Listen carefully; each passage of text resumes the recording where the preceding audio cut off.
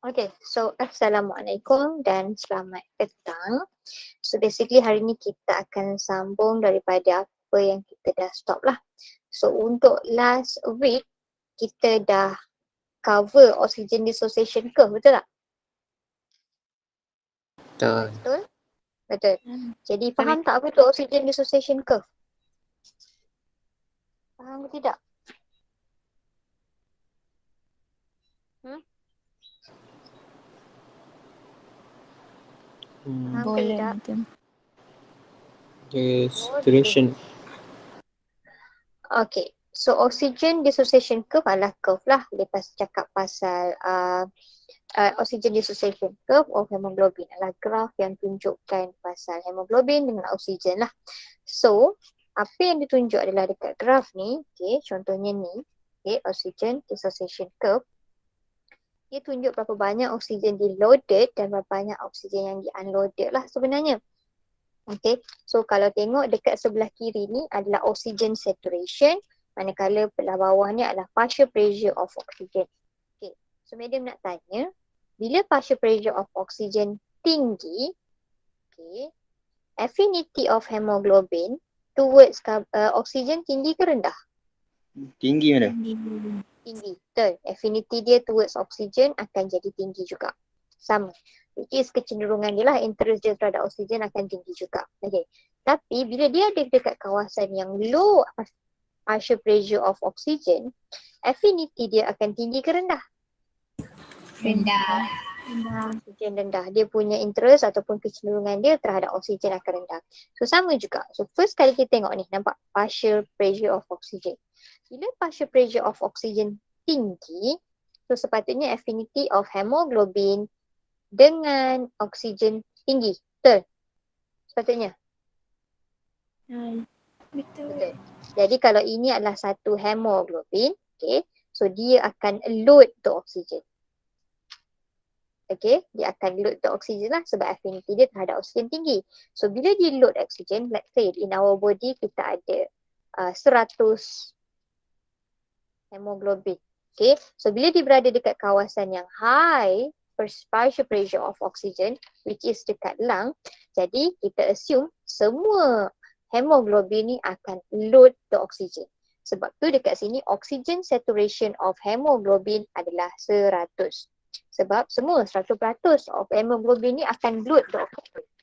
Okay, di mana tempat kawasan tu adalah tempat di mana partial pressure of oksigen tinggi. Jadi affinity dia, kecenderungan dia terhadap oksigen tinggi. Jadi semua hemoglobin akan ambil ataupun akan load ke oksigen lah.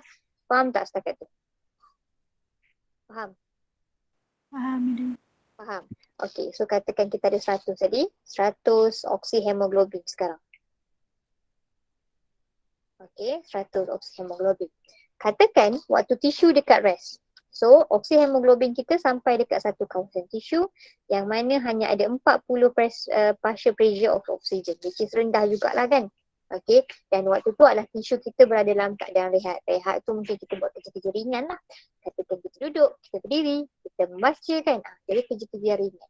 So, bila tisu kita at rest, okay, which is partial pressure dia adalah 40, okay, 40 mmHg, partial pressure of oxygen dekat sini rendah.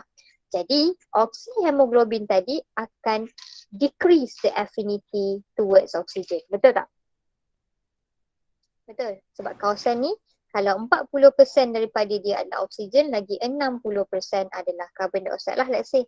Jadi, dia punya affinity akan lebih kepada carbon dioxide, dia akan less affinity towards oxygen.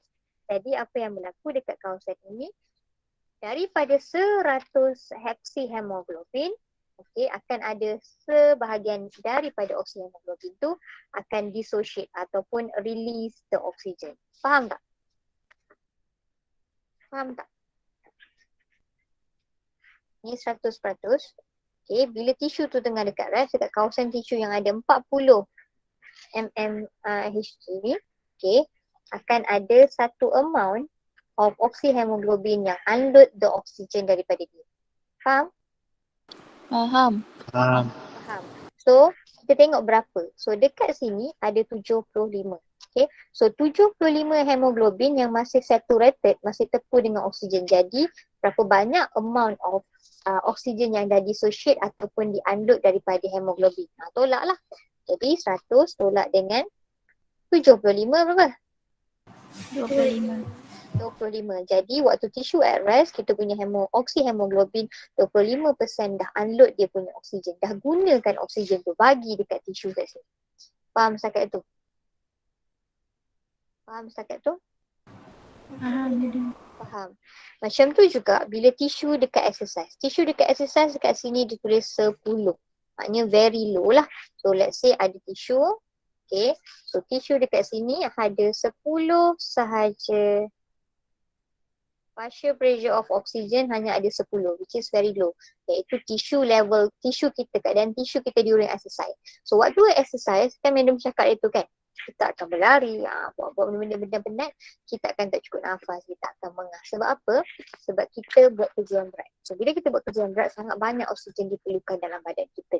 Jadi daripada 100 oksihemoglobin tadi, sebahagian besar daripada oksihemoglobin tu akan keluarkan, akan unload ke oksigen. So kalau tengok dekat sini, berapa baki oksigen, hemoglobin yang masih ada oksigen? Berapa?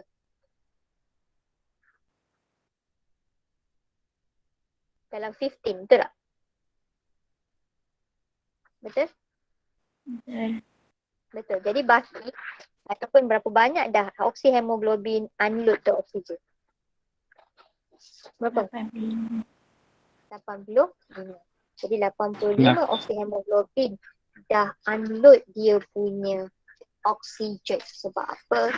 Bila tisu tu ada low partial pressure of oxygen, oksihemoglobin ataupun hemoglobin kita akan ada less activity of oxygen. So dia lepaskan oksigen yang ada pada dia. Faham tak setakat tu? Setakat tu faham tak? Faham tak ni? Faham. Jadi kena tahulah yang ini yang unload. Okay, tapi yang dekat graf tu adalah yang reserve. Maksudnya yang memang ada. Okay, yang memang masih ada oksigen dalam hemoglobin tersebut. So ini adalah explanation dia lah. Okay, ni semua medium dah ajar itu kan. Jadi hari ni Mina nak sambung dengan bila kita compare oxygen dissociation curve of hemoglobin dengan myoglobin. Okay.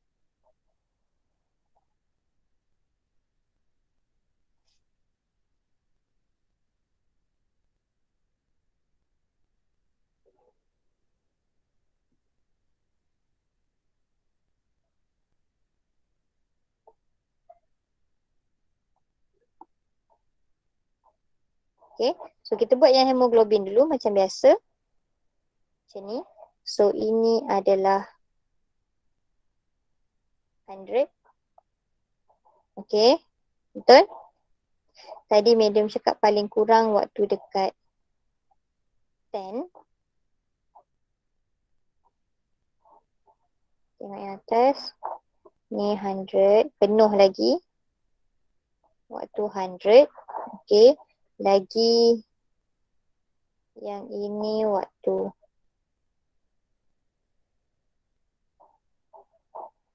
40. Okay. So dekat sini 75. Okay. So ni hemoglobin tadi. Betul tak? Betul? Betul. Betul. Okey, itu hemoglobin. Jadi hemoglobin ni normal je lah. Bila dekat kawasan yang ada kurang oksigen, dia akan lagi low activity dia towards oksigen. So lagi senang, lagi mudah untuk dia lepaskan oksigen yang ada pada dia lah hemoglobin ni. Tapi tengok pula perbezaan dia dengan myoglobin. Jadi hemoglobin is the quaternary, betul tak? Hemoglobin ni adalah quaternary protein, manakala myoglobin adalah tertiary protein. Beza dua ni adalah hemoglobin dibuat oleh 4 polypeptide chain, tapi myoglobin is made up of single polypeptide chain. Bila dia single polypeptide chain, awak rasa berapa banyak oksigen yang dia boleh carry atau bind? Satu sahaja. Jadi macam awak lah, awak jaga 4 barang dengan awak jaga 1 barang, mana lagi senang? Satu. Mana lagi awak sayang? Logiknya. Kalau awak ada 1 je phone dia. Awak sayang betul phone. Tapi kalau ada 4 phone mungkin kurang lah sayang daripada benda tu kan. Jadi bila ada satu ni kita jaga betul-betul. Macam tu juga myoglobin. Dia hanya boleh carry only one oxygen molecule untuk form oxymyoglobin. Kalau oksigen campur hemoglobin, oxyhemoglobin. Oksigen campur myoglobin jadi oxymyoglobin. Okay, so myoglobin ni akan simpan oksigen ni dekat skeletal muscle. Jadi myoglobin shows higher affinity for oxygen compared to hemoglobin. So higher affinity, kecenderungan dia untuk terhadap oksigen ni lagi tinggi pada myoglobin ni sebab dia jaga satu. Dia jaga satu, dia jaga elok. Dia sangat sukar untuk low kan atau decrease the affinity towards oxygen.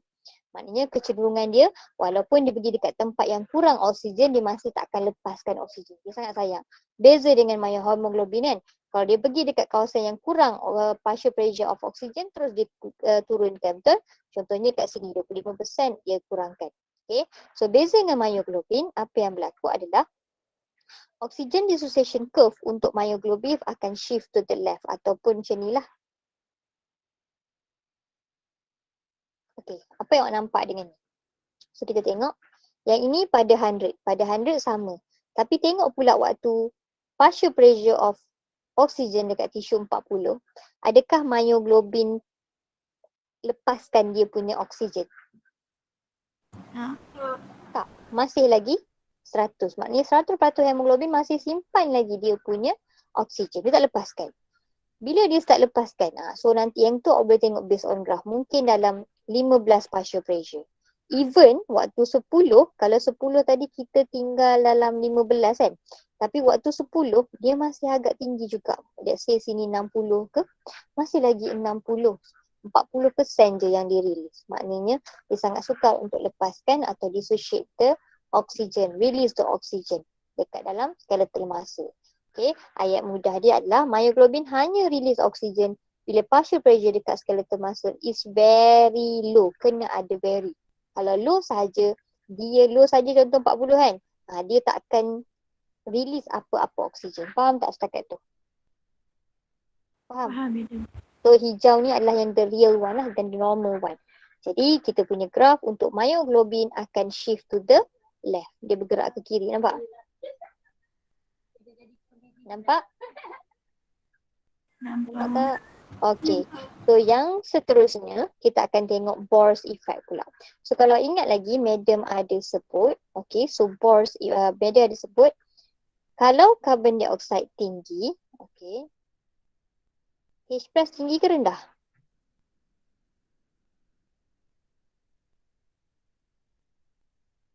Ataupun acidic dia. Acidic tinggi ke rendah? Banyak carbon dioxide. Carbon dioxide boleh ditukar dalam bentuk carbonic acid, betul tak? Betul. Betul. Jadi secara tak langsung bila ditukar dalam bentuk acidic iaitu carbonic acid, bila carbon dioxide increase, acidity pun akan increase. Acidity increase, pH tinggi ke rendah? Rendah. Rendah. Rendah. Okay, so ini adalah satu statement yang akan kita tengok berkaitan dengan Bohr's effect lah. Okay, so rise in acidity of bloods akan, bila acidity of bloods kita increase, dia akan lowkan lagi affinity of hemoglobin towards oxygen. Okay, macam mana dia lowerkan affinity towards oxygen? Kecenderungan ni makin berkurang lah. Kalau normal tadi kita tengok, waktu 40 dia keluarkan 25%. Betul tak? Dia unload 25% daripada oxyhemoglobin. Tapi yang ini lagi mudah, lagi cepat, lagi kurang affinity, lagi kurang kecenderungan terhadap oksigen. Jadi dia akan release lagi awal lah sebenarnya. So kalau tengok, okay, dia akan jadi macam ni. Okay, so tengok 40. Kita tengok 40 juga contoh. So bila 40, berapa banyak dah oksigen yang dirilis? Untuk pH 7.2. Yang biru ni. Berapa banyak? 40 partial pressure, berapa banyak dah oksigen yang dirilis oleh hemoglobin? 60. 60 tu release ke 60 tu baki? Ni Baki. oxygen saturation ni, baki. Jadi berapa yang dirilis? Baki. 40. 40. 40. Okey. Kalau tadi normal pH iaitu pH 7.4, berapa banyak je dia keluarkan? oksigen waktu 40 partial pressure? 25. Betul. Sikit je. Tapi sekarang bila pH dia semakin acidic, lagi banyak dikeluarkan. Sebab apa benda tu berlaku? Sebab dia dah kurang affinity, kurang minat, kurang kecenderungan terhadap oksigen. Faham tak? Faham? Faham. Faham Contoh dia high body temperature, low pH, increase ni semua akan shift the ODC graph warna hijau tadi. Kalau tadi shift to the left, sekarang ODC graph kita shift ke mana? Right. To the right. Itu adalah Bohr's effect. Contoh macam kita lah, sepatutnya saya duduk dalam kelas ni sampai pukul 3. Tapi katakan temperature increase. So selalu panas. Jadi saya lepaskan awal-awal. Maksudnya saya lepaskan awak pukul 3. Tapi terlalu panas lah, saya lepaskan awal-awal. Faham tak? Situation dia sama. Macam tu juga. Dia masih oksihemoglobin. Tapi disebabkan pH dia terlalu rendah ataupun agak rendah daripada yang normal, dia lepaskan awal oksigen. Faham? Affinity dia berkurang. Faham? Faham. Faham dah, faham. Faham Okey, itu sahaja. Okay, so next kita akan tengok yang penting, iaitu role of chemoreceptor. So pernah dengar chemoreceptor? Pernah. Pernah. Okey.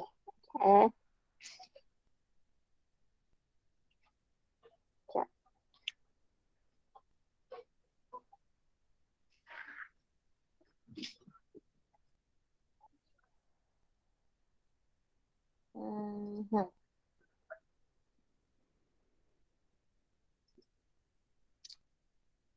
Ni dia tengah cari gambar. Okey, tak apalah. So role of chemoreceptor. First kali kita kena tahu apa itu chemoreceptor. So role of chemoreceptor ni dia bertanggungjawab atau take place in controlling our rate of breathing lah. So ada benda yang control kita punya breathing. Sebelum ni kita dah belajar kita breathing masuk ikut hidung, ikat ni, pergi kat bronchioles, alveolus, pergi ke lung, transport dalam blood vessel, melalui oksihemoglobin, tu tukar pula kat tisu, betul tak? Yang tu semua kita dah belajar. Tapi persoalannya siapa yang regulate ni, siapa yang control this mechanism? So yang control this mechanism adalah chemoreceptor. So apa itu chemoreceptor? Awak tahulah dia adalah sejenis reseptor. Dan dia adalah reseptor yang detect the chemo ni adalah perkataan untuk chemical lah. Dia detect chemical changes ataupun the presence of chemical changes dalam blood ataupun dekat tempat lain lah. Dan dia juga yang akan transmit the impulse to the respiratory center. Nanti kita akan tengok dengan detail lah. Tapi sebelum dia mula, so awak tahu tak medulla oblongata kat mana? Tahu tak? Dekat kat kepala je. Kalau ini adalah kita punya brain kan. Ada tengah-tengah tu. Dekat sini medulla oblongata dia dekat tengkuk sikit. So medulla oblongata ni biasalah awak dengar sebenarnya. Dan dekat keliling ni dia akan ada satu macam salur. Keliling brain kita, salur ni ke bawah lah, panjang lah.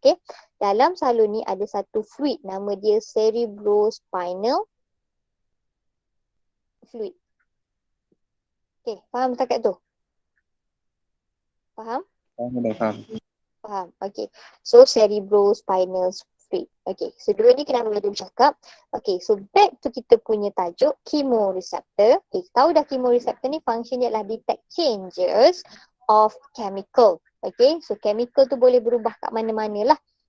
So dekat dalam medulla oblongata ni, akan ada, so chemoreceptor ni boleh bahagi kepada dua. Yang pertama adalah central chemoreceptor, which is in medulla oblongata. Faham? Faham? Faham betul. Faham. Yang kedua adalah peripheral chemoreceptor. Kat mana locatednya peripheral chemoreceptor? Ada dua tempat. Satu, aortic bodies. Yang kedua adalah carotid bodies nama dia. Aortic bodies ni boleh dijumpai dekat wall of aorta. Aortic adalah aorta. Tahu tak aorta tu apa? Tahu salur darah. Salur darah. So kalau ini adalah awak punya jantung, kita ada 4 salur darah yang mana kita akan belajar next chapter. Dia masuk oksigen keluar melalui aorta. Pergi ke all parts of the body. So aorta ni adalah the biggest ataupun the thickest artery lah sebenarnya. Kenapa dia kena thick? Sebab dia akan transport darah ni dalam high pressure yang tinggi sebab dia akan pergi ke tempat yang jauh, jadi dia perlu tebal lah. Kalau high pressure tapi nipis, dia akan pecah, betul tak? Jadi aorta ni tempat yang tebal. Dekat wall of aorta ni lah awak akan jumpa aortic body, iaitu kita punya peripheral chemoreceptor. Okay. Satu lagi adalah carotid bodies yang kita jumpa dekat walls of carotid arteries. Okay, walls of carotid arteries. Dua-dua arteries ni aorta, ni arteries lah, carotid arteries. Faham tak setakat tu? Faham, madam. Faham? Okay, so itu tempat dia. Satu dekat medulla oblongata, center. Kita tahulah center mestilah dekat otak kita biasanya kan. Satu dekat medulla oblongata, satu lagi adalah dekat aortic body, satu lagi adalah aortic bodies dengan carotid bodies. Wall of aorta dengan wall of carotid arteries. Okay, jelas setakat tu. Jadi apa yang berlaku, okay, so madam pergi page baru. Apa yang berlaku adalah ada dua jenis changes yang boleh ada. Yang pertama adalah increase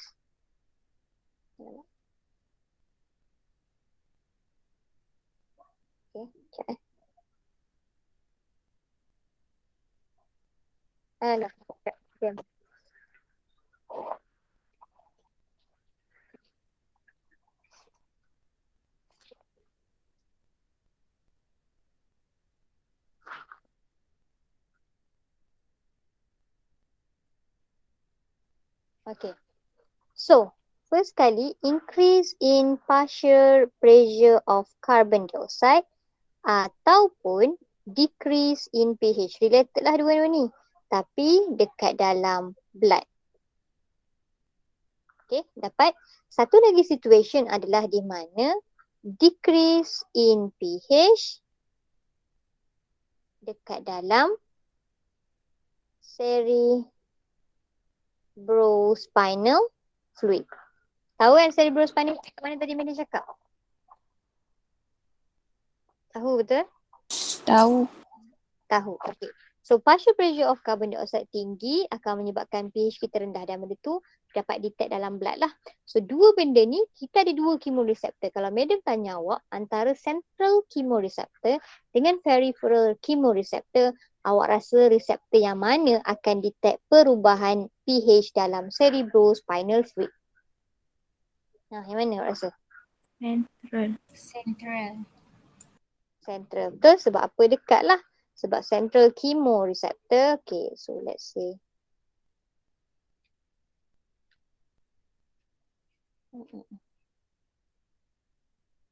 Okay, so katakan di sini adalah central chemoreceptor. Dapat? Dan dekat sini adalah aortic bodies. Peripheral lah, kita buat peripheral receptor. Chemoreceptor. Okay, jelas. Jadi awak cakap, okay. So the changes of pH ataupun decrease in pH in cerebrospinal fluid akan stimulate the central chemoreceptor. Betul? Setakat tu betul? Di mana central chemoreceptor kita dekat dalam medulla oblongata. Okay. Kalau increase in carbon dioxide and decrease in pH dalam blood, siapa yang akan detect? Siapa? Peripheral. So yang akan detect adalah peripheral chemoreceptor atau yang mudah adalah yang akan will stimulate the peripheral chemoreceptor. Okay, notah. Okay, so peripheral chemoreceptor dengan central chemoreceptor akan hantar dua-dua impuls ni kepada central chemoreceptor. Central chemoreceptor kat dalam medulla oblongata juga. Okay, dia macam center kepada sarkom. So center kepada sarkom ada branch tak? Ada branch tak? Ada. Sarkom ada branch tak selain pada center dia? Celcom center, Celcom Ada. branch. Betul. Jadi ni adalah respiratory center. Dalam respiratory center ada dua branch lain iaitu inspiratory center dengan expiratory center. Okey, jelas setakat tu. Inspiratory adalah inspiration, inhale. Expiratory adalah expiration, exhale. Boleh setakat tu? Dapat? Dapat setakat tu? Okey, jadi both impulse daripada peripheral chemoreceptor dengan central chemoreceptor akan send the nerve impulse to the inspiratory center. Okey, melalui valve ataupun nerve yang bernama afferent nerve. Okey, jelas setakat tu? Jelas setakat tu? Jelas, madam. Jelas. Okey. Dari situ kita sambung je. So kita akan sambung. Okay. So the impulse from inspiratory center akan generate the nerve impulse dan transmit pula nerve impulse tu kepada dua tempat. Yang pertama adalah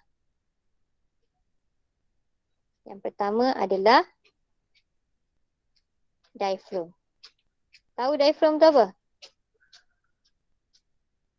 Tahu diaphragm tu apa? Tak betul. Tahu. Okey. Dan satu lagi adalah external intercostal muscle. Pernah dengar external intercostal muscle? Pernah. Pernah. Kita ada dua jenis intercostal muscle. Satu external, satu internal lah. Tapi kat sini tulis external. Ada reason lah kenapa tulis external je. Senang nak ingat. Okey. Jadi yang ini pula daripada inspiratory center, dia hantar, transmit the impulse to diaphragm melalui nama dia adalah phrenic nerve. Okey, manakala daripada inspiratory center kita hantar ke external intercostal muscle melalui thoracic nerve. So berapa nerve dah belajar ni? 3, betul? Baru 3 nama nerve. Jelas setakat tu? Jelas setakat tu? Dia hantar impulse daripada tadi, faham tak? Okey, jadi apa yang berlaku seterusnya adalah both diaphragm dengan external intercostal muscle akan contract. Okey? Jelas? Jelas? Bila dua-dua ni contract, dia akan menyebabkan inspiration take place. Inspiration akan berlaku. Inspiration tu inhale lah, kita tarik nafas. So apa yang berlaku waktu inspiration? The first one is lung kita akan expand. Betul? Yang kedua, stretch receptor. Pernah dengar stretch receptor? Pernah dengar stretch receptor? Tak. Tak Pernah. betul. Okey. Dekat wall of alveolus dengan dekat walls of bronchioles. So ni bronchioles kecil, lepas tu gabung alveolus kan. Dekat wall dia orang akan ada stretch receptor. So kalau pain receptor detect pain, stretch receptor detect apa rasa?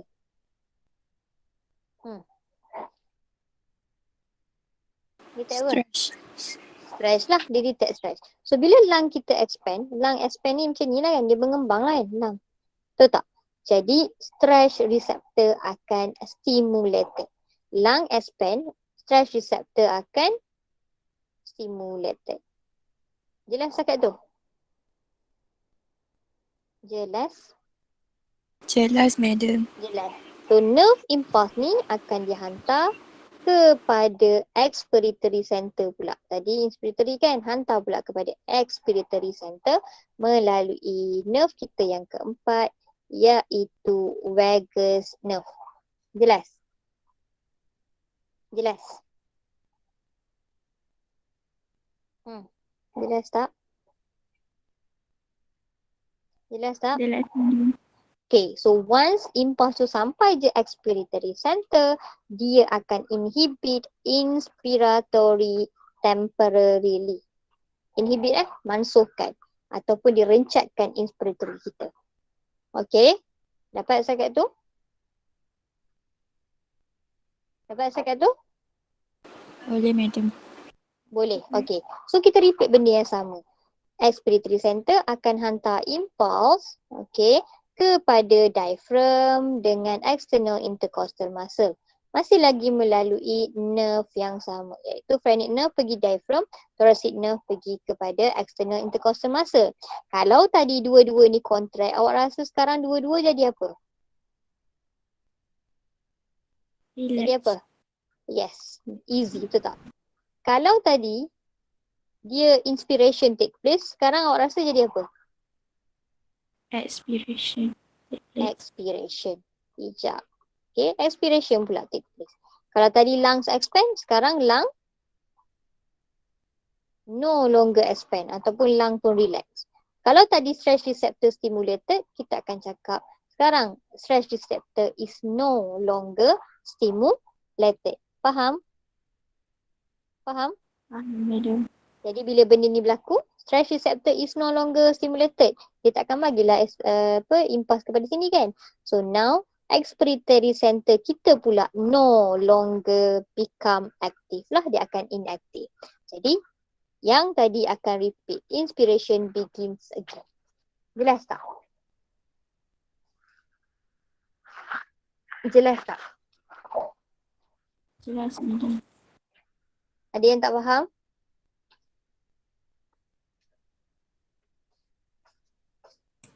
Madam, boleh tak ulang balik sikit lagi? Yang mana? Yang part dekat bila nerve tu dia sampai dekat EC tu. Dekat respiratory center. Ni expiratory center. Ah, Okay, madam guna. Okay, so dia dah sampai ke expiratory center, betul?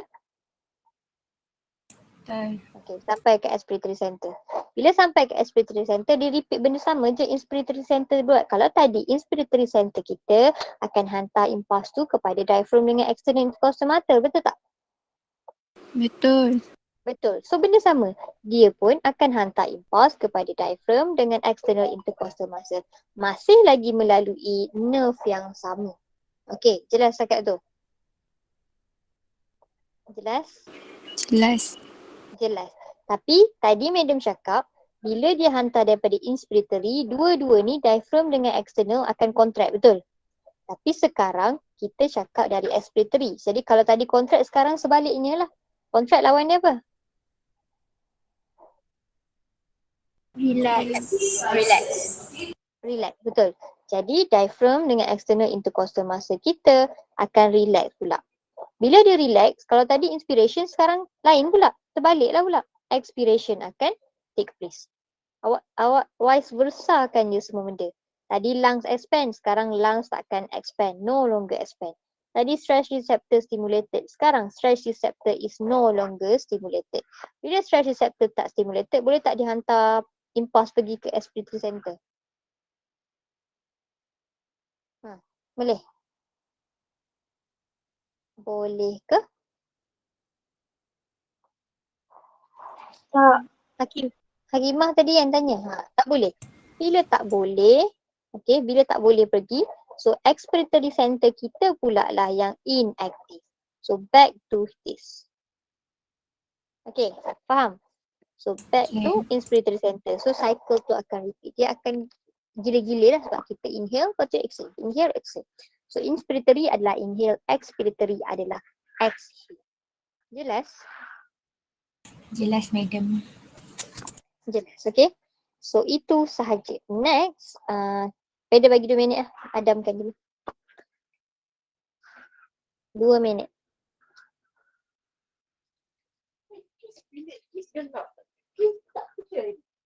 Tak sure?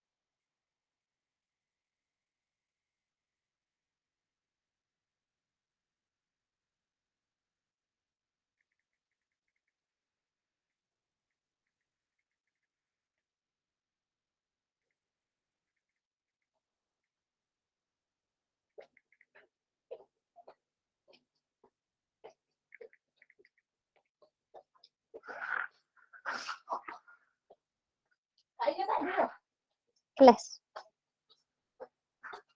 Okay, boleh? Dah?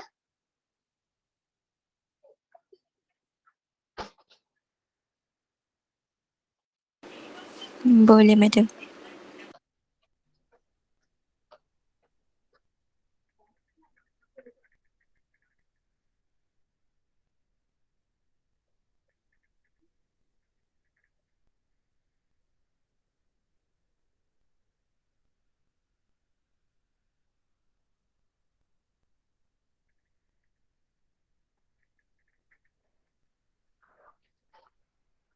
So seterusnya kita akan tengok gases exchange and control in plant.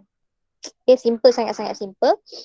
Okay, so macam mana gases exchange ataupun control ni berlaku dalam plant pula adalah, okay, so kita tengok dulu structure of stoma. Tahu tak apa beza stoma dengan stomata?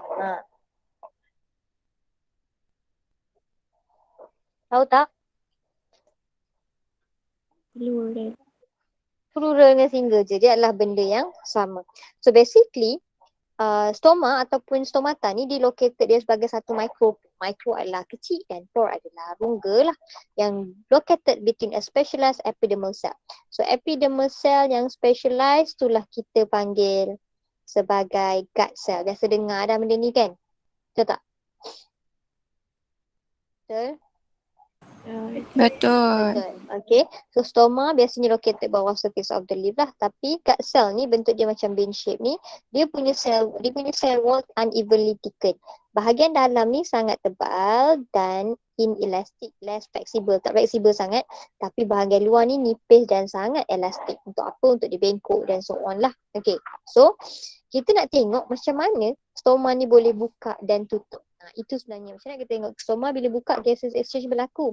Tapi macam mana dia boleh buka dan macam mana dia boleh tutup.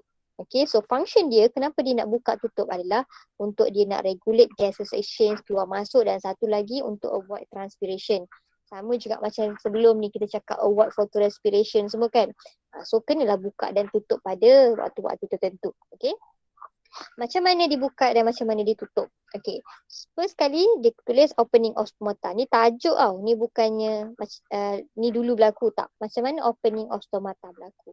So pada waktu siang, okay. Gut cell ni adalah epidermal cell. Salah satu jenis epidermal cell. So epidermal cell biasanya tak ada chloroplast. Tapi disebabkan gut cell kita adalah specialized epidermal cell, dia ada chloroplast. Kalau ada chloroplast agak-agak boleh undergo apa? Fotosintesis. Fotosintesis. So bila fotosintesis berlaku pada waktu siang, apakah produk fotosintesis? Apa produk fotosintesis? Apa produknya? Glukosa. Glukos lah, sugar lah. Okay, so sugar. So bila siang, bila berlakunya penghasilan sugar atau fotosintesis berlaku, akan berlakunya accumulation of sugar dekat dalam gut cell. Betul tak? Betul? Betul. Betul. Sugar water soluble ke tak water soluble? Soluble. Water soluble. Kalau buat air pun nak tahu lah sugar is water soluble. So bila soluble bermakna dia akan bind dengan apa-apa molekul atau ion dalam water tu sendiri. Betul? So let's say ini adalah water molecule yang freely. Bila kita masuk sugar dan sugar adalah water soluble, dia boleh soluble betul tak? Dia boleh bind dengan water molecule. Jadi baki free water molecule yang freely boleh move adalah tinggal sikit. Itu kita kaitkan dengan apa ni? Ni simbol apa ni? Psi. Psi ni melambangkan apa? Ingat lagi tak? Ingat lagi tak? Water potential. Water potential. Water potential tu adalah kalau tinggi water potential maknanya banyak molecule of water yang can be freely move. Kalau kurang water potential maknanya kurang molecules of water yang boleh move freely. Jadi kat sini bila sugar ni water soluble, dia dah bind lah dengan berapa molecule of water, dia akan mengurangkan water potential dalam ni. Faham tak? Faham tak setakat tu? Faham? Faham. Faham. Jadi bila water potential dalam ni kurang, water potential kat luar should be lagi tinggi pada dalam kan.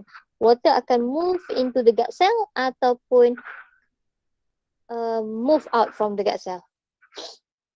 Mana satu? In. Move out. Move out dari mana ke mana ni? Dari mana ke mana? Water potential tinggi dekat sini. Water potential rendah dekat sini. Jadi water kena move dari mana ke mana? Out into. Out from mana? Ha. Macam mana ni? Mana ni? Mana? Kalau osmosis, water move daripada high water potential ke low water potential? High water potential. High water potential ke low? High kan? High kepada low. Right. High kepada low. Jadi sepatutnya water akan diffuse into the gut cell. Betul tak? Sebab dalam gut cell water potential dia low. So bila semua water di move ataupun move into the gut cell, our gut cell akan become turgid. Segah macam tu.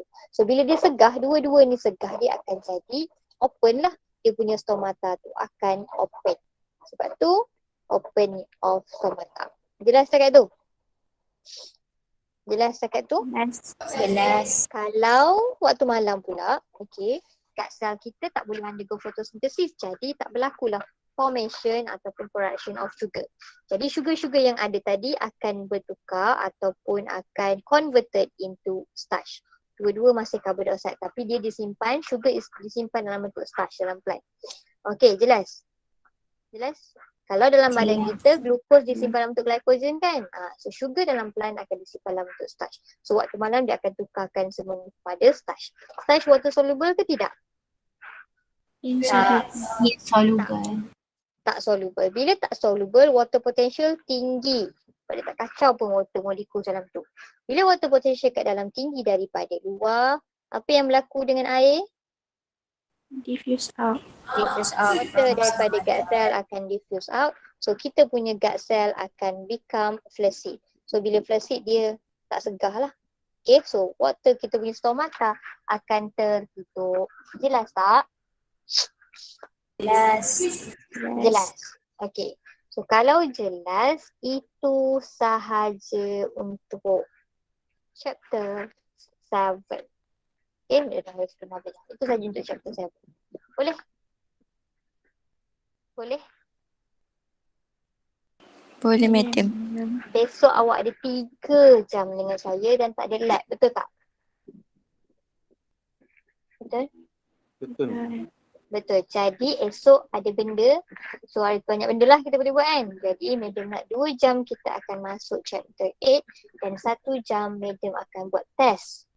Chapter 7 dan 6. Chapter 7 dengan 6. Okay? Faham? Siapa tak score, madam bagi homework banyak-banyak minggu ni. Okay? Itu sahaja untuk hari ni. Siapa tak score, madam bagi homework banyak-banyak.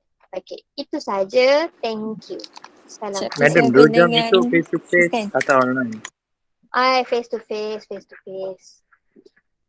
Kita selagi boleh face to face, kita face to face. Dekat lab esok face to face. Dekat tutor pun face to face. 3 jam madam nak face to face dengan awak. So test pun face to face. Okay? Madam, kelas nak buat dekat lab ke dekat DT? Dekat lab. Okay, madam. Okay. Okay, thank you. Thank you, madam. Thank you.